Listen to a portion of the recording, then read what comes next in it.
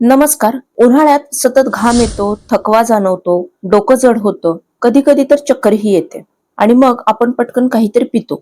साधं पाणी असेल, ORS असेल, नारळ पाणी किंवा लिंबू पाणी. पण प्रश्न असा की यापैकी खरंच सर्वात बेस्ट कोणतं? फक्त तहान भागवणं पुरेसं आहे का, की शरीराला आणखी काही हवं असतं? त्यामुळे आजच्या व्हिडिओमध्ये आपण समजून घेणार आहोत ORS versus coconut water versus lemon water.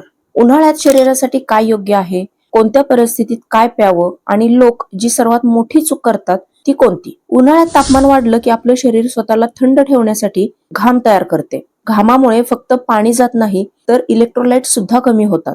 Electrolytes म्हणजे सोडियम, पोटॅशियम, क्लोराईड, मॅग्नेशियम यासारखी खनिजे. ही खनिजे शरीरात खूप महत्वाचे काम करतात.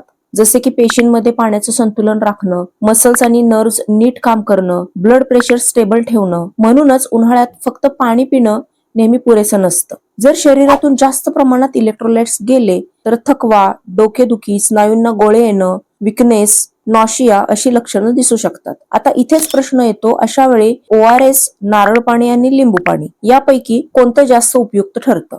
ORS चा विचार केला तर ORS म्हणजे नेमकं काय आणि ते इतकं इफेक्टिव्ह का आहे? तर ORS म्हणजे ओरल रिहायड्रेशन सोल्युशन. हे साधं फ्लेवर्ड पाणी नाही. यामध्ये एक स्पेसिफिक प्रमाणात ग्लुकोज, सोडियम, पोटॅशियम आणि क्लोराईड असते. यात काय होतं, आपल्या आतड्यात सोडियम आणि ग्लुकोज एकत्र ऍब्झॉर्ब झाले की पाणी अधिक वेगाने शरीरात शोषलं जातं. यालाच सोडियम ग्लुकोज को ट्रान्सपोर्ट मेकॅनिझम म्हणतात. म्हणूनच ORS सिव्हिअर डिहायड्रेशन मध्ये खूप इफेक्टिव्ह असतं.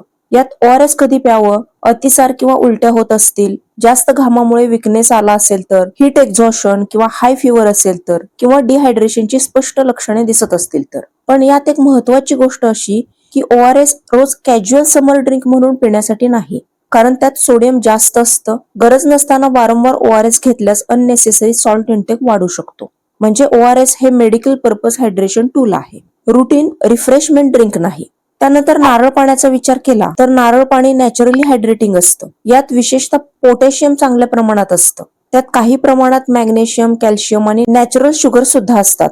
म्हणून माइल्ड डिहायड्रेशन किंवा समर फटिंग मध्ये ते खूप रिफ्रेशिंग वाटतं. नारळ पाण्याचे फायदे जर आपण पाहिले तर नारळ पाणी शरीराला थंडावा देते. नारळ पाण्यातील पोटॅशियम हे स्नायू आणि नर्व्सचे कार्य नीट करण्यासाठी उपयोगी ठरते. हलका थकवा आणि अशक्तपणा कमी करण्यासही मदत करू शकते. तसेच नारळ पाण्यातील नैसर्गिक शुगर्समुळे हलकी एनर्जी मिळते. एक्सरसाइज किंवा मॉडरेट स्वेटिंग नंतर हायड्रेशनसाठी ते उपयुक्त ठरते. नारळ पाण्यात सोडियम कमी असतं आणि घामामुळे सर्वात जास्त सोडियमच कमी होतं. म्हणून जर तुम्हाला जास्त घाम येत असेल, तुम्ही इंटेन्स आउटडोर काम करत असाल किंवा हीट एक्झॉशन होत असेल तर एकटं नारळ पाणी पुरेसं नाही. ते डेली हायड्रेशनसाठी उत्तम आहे, पण सिव्हिअर इलेक्ट्रोलाइट रिप्लेसमेंटसाठी नाही. त्यानंतर लिंबू पाण्याचा विचार केला तर लिंबू पाणी हे भारतातील क्लासिक समर ड्रिंक आहे, पण त्याचा फायदा तुम्ही ते कसं बनवता यावर अवलंबून आहे.